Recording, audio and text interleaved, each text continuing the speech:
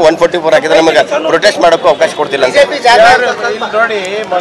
ಯಾವ ಬಡ BJP protest ಮಾಡ್ತಾ ಇರೋದು ಅದೇ ರೀತಿ ಬಿಜೆಪಿ ಯಾವ ಬಡ ಪ್ರೊಟೆಸ್ಟ್ ಮಾಡ್ತಾ ಇರೋದ್ರಿ ಅದು ನನ್ಗೆ ಕ್ಲಾರಿಟಿ ಕೊಡಿ. ವಕ್ಫ್ದು ಒಂದು ಬಡ ಮಾಡ್ತಾರೆ ಅಂತ ಹೇಳಿದ್ರು ಮಾಡಿಲ್ಲ.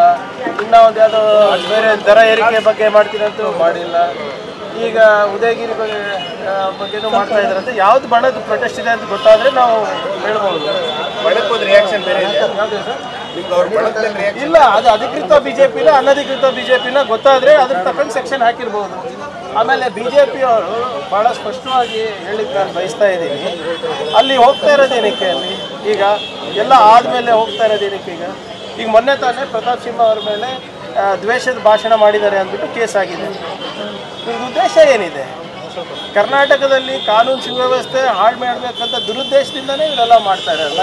ಕಾನೂನು ಪಾಲನೆ ಮಾಡೋಕ್ಕೇನಿದೆ ಅವರಿಗೆ? ಸೆಕ್ಷನ್ 144 ಇದೆ ಅಂದ್ರೆ ಪಬ್ಲಿಕ್ ಅವೇರ್ನೆಸ್ಗೋಸ್ಕರ ಜಾಥಾ ಏನು ಅವೇರ್ನೆಸ್ ಮಾಡ್ತಾ ಇದ್ದಾರೆ? ಪಬ್ಲಿಕ್ ಅವೇರ್ನೆಸ್ ಯಾವ್ದ್ರ ಪಬ್ಲಿಕ್ ಅವೇರ್ನೆಸ್ ನಿಜವಾಗ್ಲೂ ಬಿಜೆಪಿ ಏನಾದರೂ ಮಾಡ್ಬೇಕಂದ್ರೆ ಕೇಂದ್ರ ಸರ್ಕಾರ ಏನು ಕನ್ನಡಿಗರಿಗೆ ಅನ್ಯಾಯ ಮಾಡ್ತಾ ಇದ್ರೆ ಅದ್ರ ಬಗ್ಗೆ ಅವೇರ್ನೆಸ್ ಮಾಡಿ.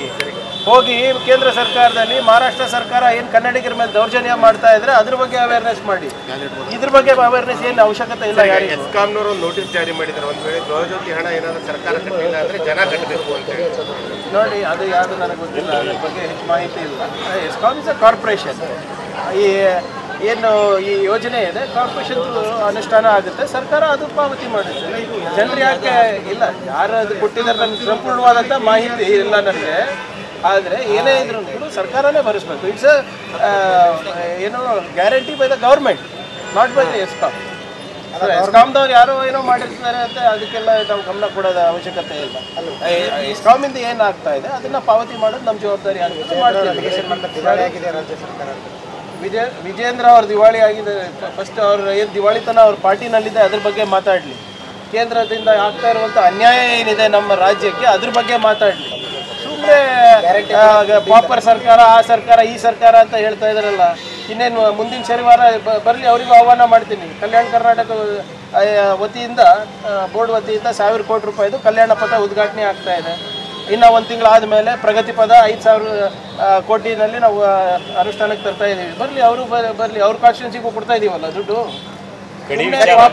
ಪಾಪರ್ ಆಗಿದೆ ಸರ್ಕಾರ. ಏನು ಅಂಕಿಅಂಶಗಳು ತೋರಿಸ್ಲಿ ಸರ್. ಅವರು ಸಾಲ ಮಾಡಿ ತುಪ್ಪ ತಿಂದಿರೋರು ಅವರು, ಅವರ ಏನೋ ಸಾಲದ ಬಡ್ಡಿ ಕಟ್ತಾ ಇರೋದು ನಾವು. ವಿಚಾರದಲ್ಲಿ ಅನಗತ್ಯ ಬದಲಾಗ್ತಾ ಇದೆ. ಮಹಾರಾಷ್ಟ್ರದಲ್ಲಿ ಕಂಡಕ್ಟರ್ ಗಡಿ ವಿಚಾರ ಬಸ್ಗೆ ಬೆಂಕಿ ಹಚ್ಚಿದ್ರು. ನೋಡಿ, ನಾವಂತೂ ಅದನ್ನ ಖಂಡಿಸ್ತೀವಿ. ಬೆಳಗಾವಿ ಬಗ್ಗೆ ಯಾರು ಪುಂಡಾಟಿಕೆ ಮಾಡೋ ಅವಶ್ಯಕತೆ ಇಲ್ಲ. ಭಾಳ ಸ್ಪಷ್ಟವಾಗಿ ನಾವು ಸಂದೇಶ ಮಹಾರಾಷ್ಟ್ರದವರಿಗೂ ಹೇಳಿದ್ವಿ, ಕೇಂದ್ರ ಸರ್ಕಾರದವರಿಗೂ ಹೇಳಿದ್ವಿ. ಈಗ ಮಹಾರಾಷ್ಟ್ರದಲ್ಲಿ ಅವ್ರ ಸರ್ಕಾರ, ಬಿಜೆಪಿ ಅವ್ರ ಸರ್ಕಾರ ಇರೋದು, ಕೇಂದ್ರದಲ್ಲೂ ಅವ್ರದ್ದೇ ಸರ್ಕಾರ ಇರೋದು. ಡಬಲ್ ಇಂಜಿನ್ ಸರ್ಕಾರಗಳು ಮಾತಾಡ್ಕೊಂಡು ಹೇಳಿ ಹೀಗೆಲ್ಲ ಮಾಡಬಾರ್ದು ಅಂತ. ಯಾವುದು ಮಾಡಿದವ್ರು ಎಲ್ಲ ಯಾರೇ ಇರ್ಬೋದು ರೀ. ಕರ್ನಾಟಕದ ನೆಲ ಜಲ ವಿಚಾರ ಬಂದಾಗ ಅವೆಲ್ಲ ಏನೂ ಇಲ್ಲ. ನಮಗೆ ಕ್ಲಿಯರ್ ಮ್ಯಾಂಡೇಟು. ಜನರು ನಮ್ಮ ಗಡಿಯನ್ನು ಸಂರಕ್ಷಣೆ ಮಾಡೋಕ್ಕೆ ಕೊಟ್ಟಿದ್ದಾರೆ. ಕನ್ನಡಿಗರಿಗೆ ಉದ್ಧಾರ ಆಗಬೇಕಂತ ಮಾಡೋಕ್ಕೆ ಕೊಟ್ಟಿರೋದು ನಮ್ದು ಮ್ಯಾಂಡೇಟ್. ಈಗ ಮತ್ತೆ ಶಿವರಾತ್ರಿ ಬಂತು. ಆಳಂದಲ್ಲಿ ರಾಘವ ಚೈತನ್ಯ ಶಿವಲಿಂಗ ಪೂಜೆ ಸಲ್ಲಿಸಂಥದ್ದು. ನೋಡಿ, ಕಾನೂನು ಎಲ್ಲರಿಗೂ ಅನ್ವಯಿಸ್ತದೆ, ಅದು ಯಾವನೇ ಇರಲಿ. ಆಯ್ತಾ? ಇಲ್ಲ, ಈ ಬಾರಿ ಅನುಮತಿ ಏನಾದರೂ ಕೊಡ್ತೀರಾ ಅಂತ? ನಾನಲ್ಲ, ಕೋರ್ಟ್ ಕೊಡಬೇಕಲ್ಲ.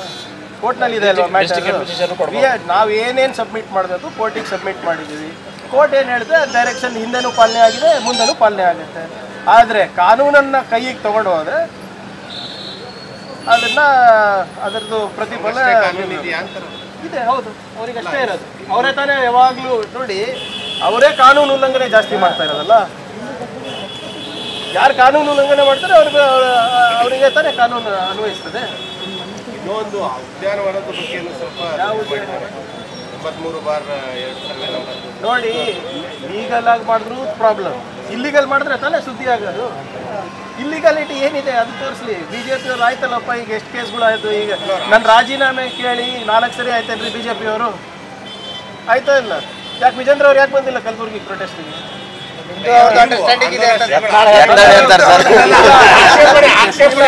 ನೀವು ನಂಬ್ತೀರಾ? ವಿಜೇಂದ್ರ ಅವ್ರು ಹೇಳ್ಬಿಡ್ಲಿ ಪ್ರಿಯಾಂಕರ್ಗೆ ಜೊತೆ ಅಂಡರ್ಸ್ಟ್ಯಾಂಡಿಂಗ್ ಇದೆ. ವಿಜೇಂದ್ರ ಅವ್ರ ಬಗ್ಗೆ ಇರ್ಬೋದು, ಏನೇ ಫ್ಯಾಕ್ಟ್ ಇಸ್ ಫ್ಯಾಕ್ಟ್. ಅವರ ಅಫಿಡವಿಟ್ ಬಗ್ಗೆ ಯಾರು ರೇಸ್ ಮಾಡಿದ್ರಿ? ಯಡಿಯೂರಪ್ಪ ಅವ್ರ ಪಾಕ್ಸ್ಕೋ ವಿಚಾರ ಬಗ್ಗೆ ಯಾರು ರೇಸ್ ಮಾಡಿದ್ರಿ? ಇದು ಅಡ್ಜಸ್ಟ್ಮೆಂಟ್ ಅಂತಾರ? ಅದಕ್ಕೆ ಹೆದರಿದ್ರು ಅಂತ ಇರ್ಬೋದು, ಯಾರಿಗೂ ಬಿಜೆಪಿ ಕೇಳಿ ನೋಡಿ, ಬಿಜೆಪಿ ಅವರೇ ಅವರು ಅಸಮರ್ಥರು, ಅವ್ರ ನಾಯಕತ್ವದಲ್ಲಿ ಬಿಜೆಪಿ ಉಳಿಯಲ್ಲ, ಯಡಿಯೂರಪ್ಪ ಅವ್ರು ಯಾವ ಸ್ಟೇಜು ಹತ್ತಬಾರ್ದು ಅಂತ ಬಿಜೆಪಿ ಅವ್ರು ಹೇಳಿದ್ದು. ಬಿಜೆಪಿ ಅವ್ರ ಪ್ರಶ್ನೆಗೂ ನಾನೇ ಉತ್ತರ ಕೊಡ್ಬೇಕಂದ್ರೆ ಹೆಂಗೆ ಸರ್?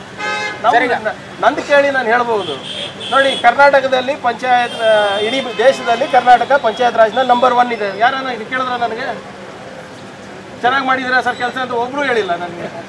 ಬರೇ ಯಾವನೋ ಸ್ವಾಮೀಜಿ ಅಂತ, ಇವ್ರು ಬಿಜೆಪಿ ಅಂತ, ಇವ್ರು ಬಿಟ್ಟು ಬೇರೆ ಏನು ಕೆಲಸ ಇಲ್ಲ ಪರಿಹಾರ ಕೊಡಬೇಕು. ನೋಡಿ, ಮತ್ತೊಮ್ಮೆ ಉಚ್ಚಾರ ಮಾಡ್ತಾ ಇದ್ದೀನಿ, ನೆಟ್ಟೆ ರೋಗ ಅಲ್ಲ ಅದು.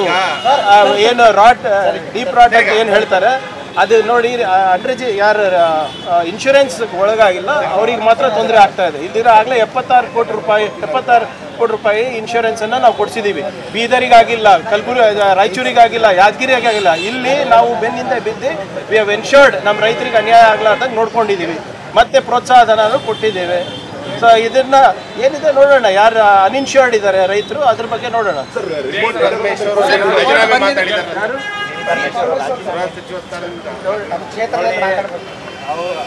ಯಾವ ಸಂದರ್ಭದಲ್ಲಿ ಮಾತಾಡಿದ್ರು ಅಂತ ನನಗೆ ಗೊತ್ತಿಲ್ಲ. ಏನೋ ಅವರೇ ಕಾರ್ಯಕರ್ತರ ಜೊತೆ ಇರ್ತೀನಿ ಅಂತ ಏನೋ ಹೇಳಿದಾರೆ ಅಂತ ಕೇಳ್ಪಟ್ಟಿದ್ದೀನಿ ಅಷ್ಟೇ, ಅದ್ರ ಬಗ್ಗೆ ಹೆಚ್ಚಿನ ಮಾಹಿತಿ ಇಲ್ಲ. ಕುಮಾರಸ್ವಾಮಿ ಅವರು ಕಾಂಗ್ರೆಸ್ ಸರ್ಕಾರ ಯಾರು ಮಾತಾಡೋಕೆ ಕೇಳ್ತಾ ಇದ್ದಾರೆ? ನಿಮ್ಗೆ ಅಸಹ್ಯ ಆಗ್ತಾಯಿದ್ರೆ ಯಾರು ಮಾತಾಡೋಕೆ ಕೇಳ್ತಾ ಇದ್ದಾರೆ ಹೇಳಿ? ನಾವೇನಾದ್ರೂ ಹೋಗಿ ಕೇಳಿದೀವ? ಕಾಂಗ್ರೆಸ್ ಪಕ್ಷದ ವೈಖರಿ ಹೆಂಗೆ ನಡೀತಾ ಇದೆ, ಸರ್ಕಾರ ಹೇಗೆ ನಡೀತಾ ಇದೆ ವಿಶ್ಲೇಷಣೆ ಮಾಡಿ ಅಂತ ನಾವೇನಾದ್ರೂ ಕೇಳಿದಿರ? ಪ್ರಬಂಧ ಬರ್ಕೊಡಿ ಅಂತ ಹೇಳಿದಿರ? ನಿಜವಾಗ್ಲೂ ಮಾತಾಡ್ಬೇಕು ಅಂದ್ರೆ ಅಸಹ್ಯ ಆಗ್ತಾ ಇದ್ರೆ ಅವ್ರಿಗೆ ಅಸಹ್ಯ, ಅವ್ರ ಮನೆ ಮಕ್ಕಳು ಮಾಡಿದ್ರಲ್ಲ ಅದು ಅಸಹ್ಯ, ಅದ್ರ ಬಗ್ಗೆ ಮಾತಾಡ್ತಾರ? ಸುಮ್ಮನೆ ಪದೇ ಕಾಂಗ್ರೆಸ್ ಬಗ್ಗೆ ಮಾತಾಡೋದು ಅಸಹ್ಯ, ಸಿದ್ದರಾಮಯ್ಯ ಅವ್ರ ಬಗ್ಗೆ ಮಾತಾಡೋಕೆ ಅಸಹ್ಯ, DK ಶಿವಕುಮಾರ್ ಸಾಹೇಬ್ರ ಬಗ್ಗೆ ಮಾತಾಡೋಕೆ ಅಸಹ್ಯ. ಏನಿದು? ಅವ್ರ ಮನೆ ಮಕ್ಕಳು ಮಾಡಿದ್ದೆಲ್ಲ ಅದು ಭಾಳ ಚೆನ್ನಾಗಿತ್ತ? ಬಿಜೆಪಿ ಅವರು ಮತ್ತೊಂದು ಸುತ್ತಿನಲ್ಲಿ SCP DSP ಹೋರಾಟ ಶುರು ಮಾಡಿ ಮಾಡಲಿ.